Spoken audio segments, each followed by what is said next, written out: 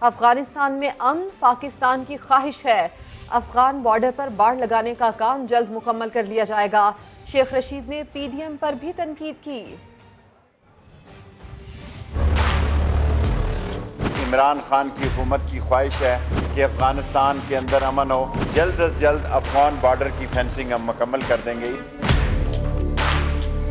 پاکستان کی عظیم افواج اپنی قومی ذمہ داریوں کے لیے ہمہ وقت تیار ہوتے ہیں۔ اس مرتبہ افغانستان سے وہ حالات نہیں ہوں گے جو پہلے۔ براہ راست آپ کو لیے چلتے ہیں، وزیر اعظم عمران خان خطاب کر رہے ہیں۔ تو میں واقعی بلوچستان کے اوپر اتنا ٹائم نہیں گزاروں گا، کیونکہ بلوچستان سے تو میں الیکشن نہیں جیتنے لگا۔ تو میں یہ سوچوں گا کہ بجائے بلوچستان میں جانے کے لیے میں کیوں نہ لنڈن میں جا کے اپنا اس گرمیاں گزاروں اور ہیرڈز میں شاپنگ کروں۔ تو میں جو اتنی محنت سے میں نے کرپشن کا پیسہ بنایا ہوگا وہ میں وہاں خرچ کروں، بجائے میں یہاں کے بلوچستان میں آپ کی ٹائم سپینڈ کروں۔ تو لہٰذا ایک نواز شریف نے 24 لنڈن میں ٹرپس کی اپنے دور میں، 22 پرائیویٹ ٹرپس تھیں، 22 بھی نہیں بلکہ 23، ایک دفعہ آفیشل ٹرپ، 23 وہ پرائیویٹ ٹرپس کرنے گیا لنڈن۔ تو بلوچستان تو میرے خیال میں وہ 2 دفعہ بھی نہیں آیا، اور میں آپ کو یقین دلاتا ہوں کہ وہ 10 گنا زیادہ دفعہ بلوچستان سے ہیرٹس میں شاپنگ کر رہا تھا۔ اور دوسرا آصف زرداری، اس نے 51 دبئی کی ٹرپس کی، میرے خیال میں ایک دفعہ بھی یہاں نہیں آیا ہوگا۔ تو کہنے کا مطلب یہ ہے کہ ان کے لیے، جس کی وجہ سے آج پاکستان ادھر نہیں پہنچا جدھر پہنچنا چاہیے تھا، کیونکہ وہ ان کے مقاصد اور تھے۔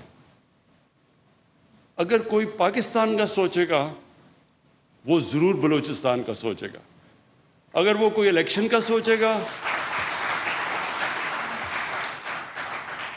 اگر وہ الیکشن کا سوچے گا تو وہ سوچے گا کہ فیصل آباد ڈویژن، صرف فیصل آباد ڈویژن میں بلوچستان سے زیادہ نیشنل اسمبلی کی سیٹس ہیں، تو وہ وہیں توجہ دے دے، وہ پاس بھی ہے۔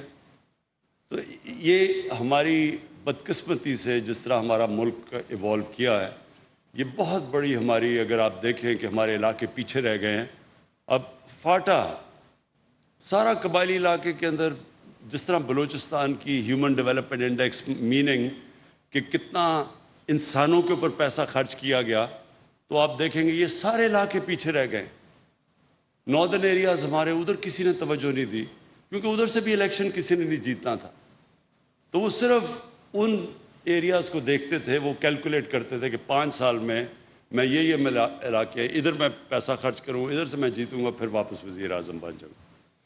تو ہماری بڑی بدقسمتی ہے، لیکن یہ ریئلائز نہیں کرتے کہ اگر وہ سارے پاکستان کے اوپر توجہ دیتے تو وہ شاید ابھی بھی وزیر اعظم بنے رہتے، کیونکہ ملک سارا اکٹھا ملک اٹھتا ہے۔ یہ نہیں ہوتا کہ ایک چھوٹا سا علاقہ اٹھ جائے اور باقی ملک پیچھے رہ جائے۔ ملک، قومیں ترقی اس طرح کرتی ہیں کہ وہ ہر قوم، مثلا بلوچستان میں کوئی ایڈوانٹیج ہے، یہاں کے آپ کی مدنیات سب سے زیادہ ہیں، پنجاب میں گندم ہے، وہ بریڈ باسکٹ ہے، کراچی، سندھ جو ہے، کراچی ہمارا فائنینشیل کیپٹل ہے، ناردرن ایریاز وہ ٹورزم کے لیے، اور پھر پختونخوا میں ٹورزم۔ تو ہر علاقے کی مختلف چیزیں ہوتی ہیں۔ تو ملک کیسے آگے بڑھتا ہے؟ جب سارا ملک مل کے مختلف جو ایڈوانٹیجز مختلف علاقوں کے ہوتی ہیں وہ سب ملا کے ملک اوپر اٹھ جاتا ہے۔ تو جب آپ توجہ نہیں دیتے ملک کی طرف تو آپ تھوڑے علاقے آپ پیسہ خرچ کر دیتے ہیں، وہ تھوڑا آگے چلے جاتے ہیں، لیکن ملک آگے نہیں جاتا۔ تو بلوچستان، میں نے ہمیشہ یہ سوچا تھا کہ اللہ نے جب بھی ہمیں موقع دیا تو ہم بلوچستان کے اوپر اس لیے توجہ دیں گے کہ بلوچستان جب اٹھے گا، جب بلوچستان میں امن ہوگا، جب بلوچستان کے لوگ یہ سمجھیں گے کہ یہ ہمارا بھی پاکستان ہے، یہ پاکستان، اس کے لیے ہمیں بھی لڑ مرنا چاہیے، کیونکہ یہ پاکستان ہمارا بھی سوچتا ہے، ہماری بنیادی ضروریات کا یہ پاکستان سوچتا ہے، ہماری مشکلوں کا یہ سوچتا ہے۔ تو تب بلوچستان کے لوگوں کو کبھی فکر نہیں ہمیں ہونی چاہیے تھی کہ انسرجنٹس آ گئے ہیں یا یہ جو تحریک میں لگے ہوئے ہیں۔ میں ویسے سوچ رہا ہوں ان سے بھی بات کرنے کا کہ یہ ہو سکتا ہے کہ ان کو پرانے زمانے میں رنجے ہوں اور استعمال بھی ہوں دوسرے ملکوں سے، ہندوستان ان کو استعمال کرے انتشار پھیلانے کے لیے، لیکن اب تو وہ نہیں ہے حالات۔ کبھی بھی بلوچستان کی تاریخ میں ایک فیڈرل گورنمنٹ جو کہ بڑے مشکل معاشی حالات سے نکل رہی تھی، اور ابھی بھی اللہ کا شکر ہے ہمارے حالات ابھی بہتر ہیں، لیکن وہ حالات نہیں کہ ہم اتنا زیادہ بلوچستان کو پیسہ دے سکیں federal P S D P سے، جبکہ اتنی زیادہ ہمارے اوپر پنجاب میں، اور پنجاب کے لوگ سب سے بڑا صوبہ ہے، وہاں سے بڑی ڈیمانڈز ہیں، سارے پاکستان سے ڈیمانڈز ہیں، لیکن سب سے زیادہ پیکیج ہم نے بلوچستان کو اس لیے دیا کہ ہمارا خیال ہے کہ بلوچستان کے لوگوں سے واقعی انصاف نہیں ہوا، وہ پیچھے رہ گئے، اور بلوچستان سے سینٹر نے بھی انصاف نہیں کیا، اور بلوچستان کے اپنے سیاستدانوں نے بھی اس سے انصاف نہیں کیا۔ جو پیسہ آتا بھی تھا میرے خیال میں وہ بھی صحیح طرح نہیں لگا، اور وہ لوگوں نے اپنی ذات کے اوپر وہ پیسہ خرچ کیا ہوگا، لیکن بلوچستان کے لوگوں کے لیے جو پیسہ جانا چاہیے تھا، اس لیے وہ جو سارا ایک احساس محرومی پھیلنی شروع ہوگی بلوچستان میں، یہ کبھی نہ پھیلتی اگر بلوچستان کے لوگ بھی جو اپنے پولیٹیشنز تھے وہ بھی اپنا صحیح معنی میں اندر جو بھی پیسہ ملتا تھا وہ صحیح معنی میں خرچ کرتے۔ تو میں صرف آپ کو یہ بتانا چاہتا ہوں کہ ایک تو ہم نے سب سے بڑا اپنا پیکیج دیا فیڈرل گورنمنٹ نے بلوچستان کو، لیکن میں صرف یہ گوادر کے لیے جو ہم نے کوشش کی اب تک، اور یہ ابھی شروعات ہے، انشاءاللہ یہ بڑھتی جائیں گی۔ ایک تو ہم ڈی سیلینیشن پلانٹ کے اوپر پوری اب کوشش کر رہے ہیں کہ جلدی سے جلدی ایک لگے، چائنیز کے ساتھ مل کے بھی۔ ایک 300 بیڈ کا ٹیچنگ ہاسپٹل بن رہا ہے۔ یہ ٹیچنگ ہاسپٹل زیادہ ضروری ہوتا ہے، اس سے پھر آپ کے ڈاکٹرز بھی ٹرین ہوتے ہیں یہاں، آپ کی نرسز بھی ٹرین ہوتی ہیں، تو وہ صرف یہی نہیں کہ ہاسپٹل علاج کرتا ہے، وہ ٹرین بھی کرتا رہتا ہے۔ اس کے بعد پھر جو جام صاحب نے بھی بات کی کہ یہ جو باہر سے بڑے بڑے ٹرالرز آتے ہیں اور ہمارے صدیوں سے یہاں لوگ، ان کی صرف روزگار ہی ہے کہ سمندر میں مچھلیاں پکڑیں، اور یہ بڑے بڑے ٹرالرز آتے ہیں اور وہ آہستہ آہستہ جو ان کا روزگار ہے وہ دیکھتے ہیں کہ کم ہوتی جاتی ہیں مچھلیاں۔ تو ہم نے اب پوری طرح یہ جو بڑے بڑے فورن ٹرالرز آتے ہیں ان کے اوپر ہم نے پورا بین لگا دیا، اور وہ جو چائنیز ٹرالر کی میں اس لیے بات کر رہا ہوں کہ کوئی چائنیز گورنمنٹ ہمارے بڑے اچھے تعلقات ہیں، ان کو کوئی اس چیز میں برا نہیں ہوگا کہ کوئی انلیگل غیر قانونی طور کے اوپر یہاں فشنگ کرے، ان کو کوئی نہیں ہوگا۔ ہم پاکستانی کوئی چیز چائنا میں انلیگل کرے تو چائنیز اس کو سزا دیتے ہیں، اور ہاں کہیں بھی دنیا میں کوئی کرے جو بھی قانون توڑتا ہے اس کو سزا ملنی چاہیے، تو ان کو کوئی اعتراض اس کا نہیں ہونا چاہیے۔ لیکن یہ میں آپ کو شور کر دیتا ہوں کہ اپنے یہ جو محنت کش لوگ جو بڑی مشکلوں سے اپنی روزی کماتے ہیں، ہم آپ کو پوری طرح پروٹیکشن دیں گے۔ ایک ہم نے قرضے دیے ہیں کامیاب جوان میں، ہم نے 10 ارب روپے کے قرضے کامیاب جوان پروگرام میں اور میری ٹائم جو ہماری منسٹری ہے انہوں نے مل کے پروگرام بنایا ہوا ہے کہ مچھلیوں پکڑنے والوں کی جو ان کی کشتی ہیں ان کو اپ گریڈ کرنا، ان کا جو بھی یہ استعمال کرتے ہیں مچھلی پکڑنے کے لیے ان ساری چیزوں کو اپ گریڈ کرنا۔ تو اس میں سے اب تک ہم نے 10 ارب روپیہ ہم نے ایلوکیٹ کیا تھا، اس میں سے 5 ارب روپیہ ہم خرچ کر چکے ہیں کہ مچھلی پکڑنے والوں کے لیے قرضے دے چکے ہیں۔ پھر ہم نے فیصلہ کیا تھا کہ ہم لو کاسٹ ہاؤسنگ یعنی ہم سستے قرضوں کے اوپر لوگوں کو دیں گے تاکہ لوگ گھر بنا سکیں۔ تو ہم نے اپلیکینٹس مانگے ہیں، 4000 گوادر سے ہمارے پاس اپلیکیشنز آئی ہیں، اس میں سے ہم نے اب 200 ایکڑ زمین کی نشاندہی کی ہے، جس میں سے 2500 گھر ہم انشاءاللہ بنانا شروع کرنے لگے ہیں۔ تو یہ لو کاسٹ ہاؤسنگ ہے۔ پھر ہم نے اسکالرشپس کا پروگرام رکھا ہے کہ یہاں کے لوگوں کے لیے ہم اسکالرشپس دیں، یہ احساس پروگرام کے نیچے جو ہمارا بہت بڑا احساس کا پروگرام ہے، اس میں اب تک ہم نے جو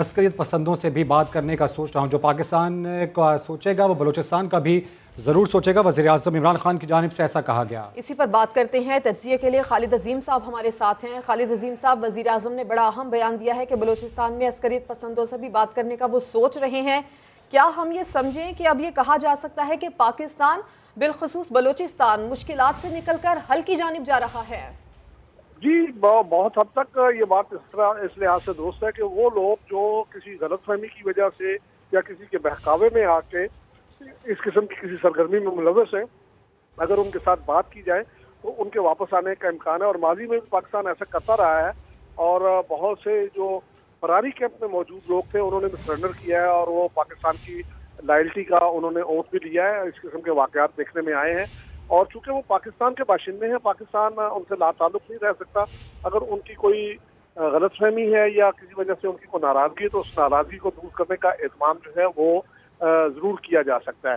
تو اس لحاظ سے میں سمجھتا ہوں کہ وزیر اعظم نے ایک درست جانب ایک سٹیپ دیا ہے. البتہ وہ لوگ جو کسی کے ایجنڈے پہ ہیں یا کسی کے لیے کام کر رہے ہیں، کسی کے مقاصد کے لیے کوئی پراکسی جنگ انہوں نے یہاں پاکستان میں چھڑی ہوئی ہے، وہ تو شاید اس سے کنونس نہ ہو سکیں.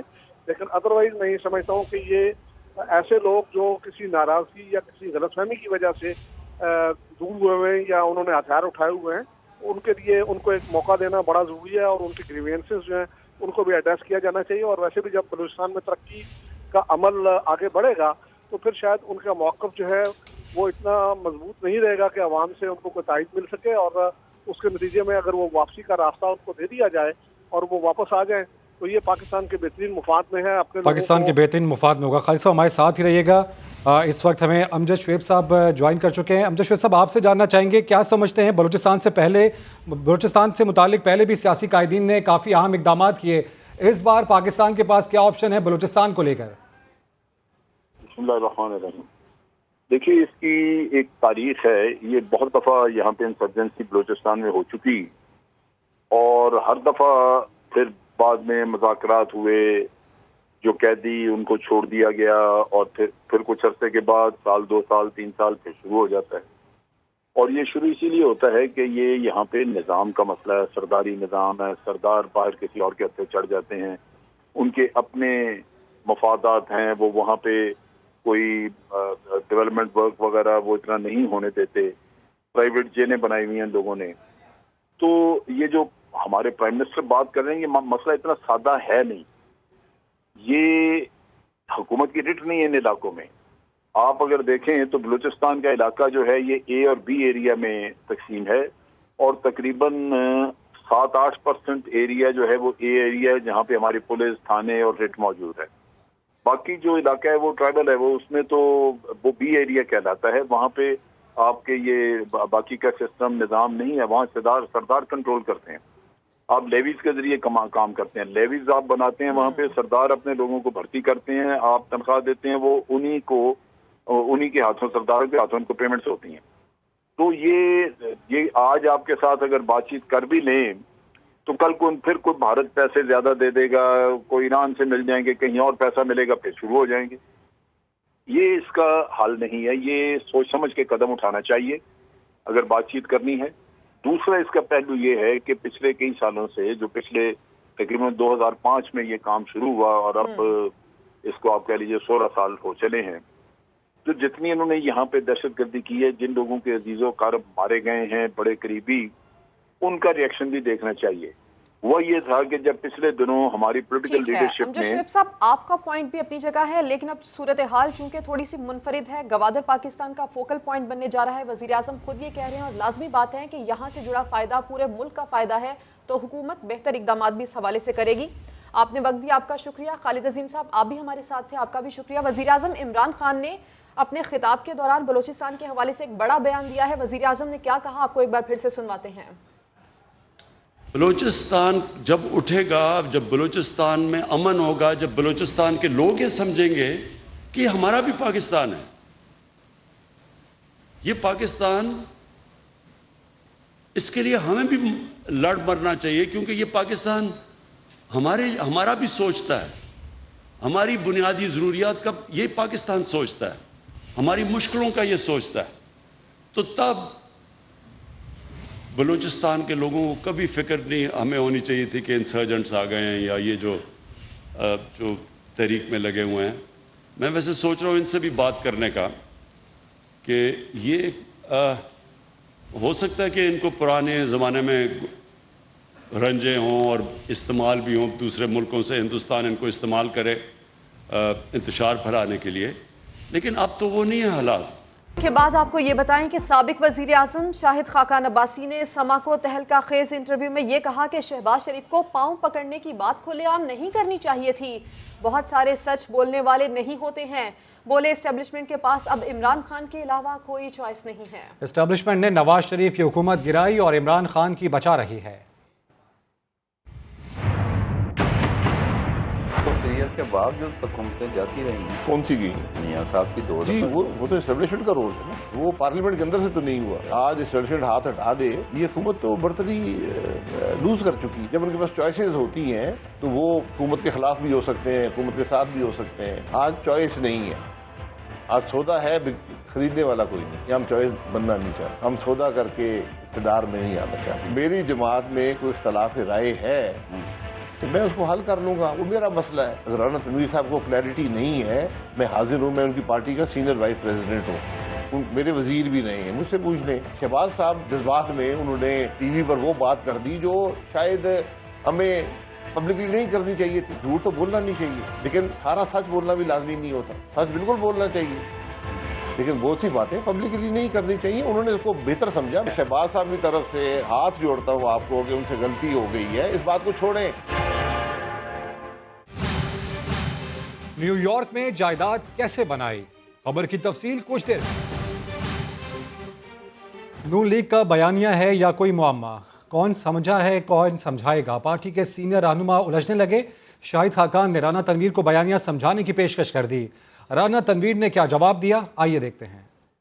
تو میں نے جو کہا تھا میں بالکل صحیح کہا تھا. میں نے شاہد صاحب کو اگر میری بات سمجھ میں نہیں تو وہ مجھ سے پوچھ لیں آگے. تو شہباز شریف صاحب کا جو بیان ہے وہ آپ کے خیال میں ٹھیک تھا؟ یہ تو سمجھ آ گیا نا کہ شاید کو اگر سمجھ نہیں آئی شاہد صاحبان کو، شاہد خاقان کو، تو مجھ سے پوچھ لیں کہ میں نے کہا تھا.